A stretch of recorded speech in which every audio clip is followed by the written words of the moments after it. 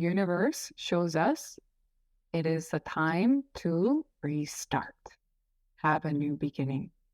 When the sun comes up, and actually, here we know we can let go of all the past. Oh, the fundamentals of why we are doing this meditation is so we can come out from our veil, actually, kind of living inside of blinders, coming out from that veil of the human mind so we can actually live in the world, live in reality.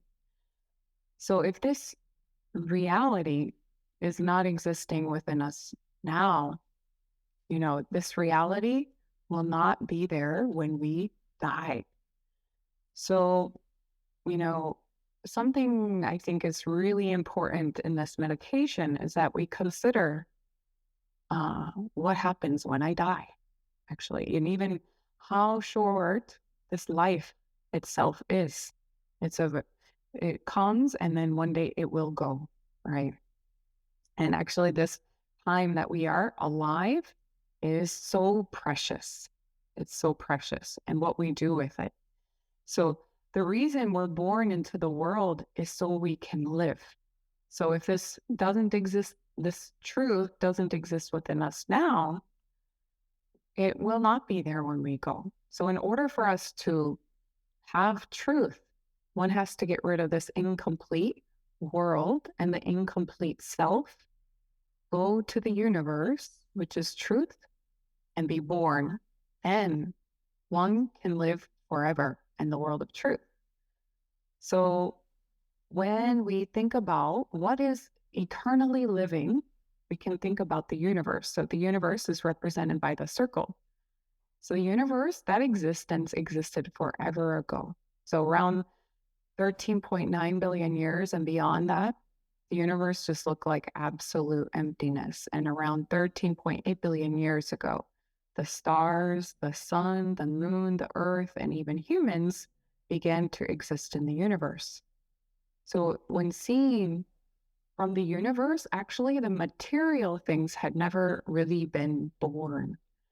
And so that's also why the Buddha, when the Buddha itself, he was living and he was very interested to find out what is birth, aging, sickness, and death. And one night when looking upon the sky, he saw the star, and at that moment he enlightened. The star had never been born. He called the star no birth. And when he saw the infinite emptiness of the universe, he enlightened, this existence has no death. So he called the material world no birth and the infinite emptiness no death.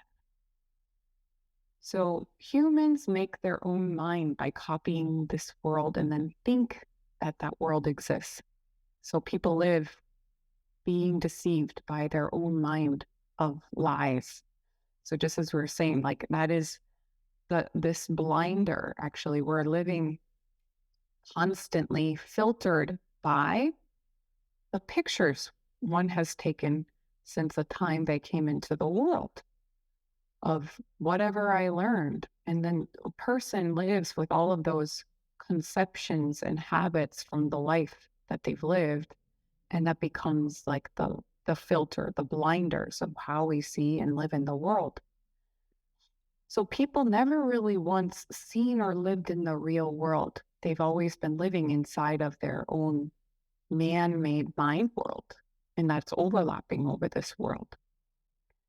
And so what eternally does not disappear, and what is the truth, what is the reality, is the infinite universe emptiness. So if you go back to this universe emptiness and are born, then this place is the world of truth.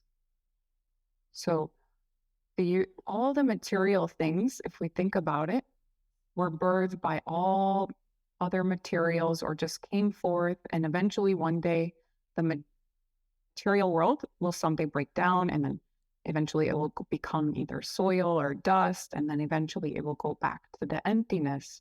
So when seen from the universe, whether those material things existed or not, it's doesn't really have a thought that they were existing or not. It didn't even really exist according to the universe. So that's why, Sissing talked about all the material things are living like a kind of robot, which has no life.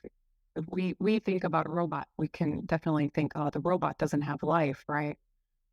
But even the material world compared to the universe, all the material things also are living like a kind of lifeless robot. They just come and then they just will disappear one day. So, but this universe itself is what eternally doesn't disappear. So, if you get rid of the world and the person, which is like a lifeless robot, we know this is the karma, habits, and body. If you eliminate that, go back to the universe, which is the truth, the source of everything, and are born again, then this world here is the land of truth. Then you can live in the world of truth.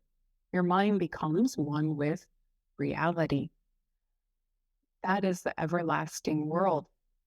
At that point, you will no longer have any questions or doubts, and you can live and see the world just as it is. And that is when you will always be happy, living in the world that is truth. But inside the human mind, there's all sorts of questions and doubts and fear and pain and suffering because people only know their pictures, only know the picture. So, you know, don't live inside this human mind and die and disappear, which is just like illusion. Go back to the universe, which is truth, and be born, then live there forever. you know, or throw away, all of the pictures you have in your mind are actually covering up, overlapping the current world. So you cannot actually see the world. Always what you're seeing is in your mind every moment without even realizing it. We're constantly seeing the world through this like filter of the past, and we cannot see our loved ones, even the people who you love. You have a lot of pictures of those people, right? So you're always seeing those people through your filter of your pictures, even if you don't want to, right? Every moment you're constantly seeing them through the past. But if you give them a clean slate in your mind, actually, you can begin to see the good in others much, much better. You can actually begin to see people truly as they are. So everything, what we're seeing is always our mind. And then we cannot see the world. That is really, really so important, and really why we need to get to completion, finish this study to the end so you can actually live in the world, see the world as it is. And then you can be free of living inside of my own world, my own concepts that I made. And then if I just live with all of those concepts, it's always stress, actually. Always those are stress inside the mind. So do you want to stay living inside of there? Do you want to come out? Do you want to live in the real world? Now, we are very lucky, actually there is the way, for us to do it. So we're really learning how to do that. You know, we can actually come out from there completely and live each day with the truth. And then, that is always joyful. That is always peaceful, actually. We can live each day like that. So let's go there together. Let's live in that true world.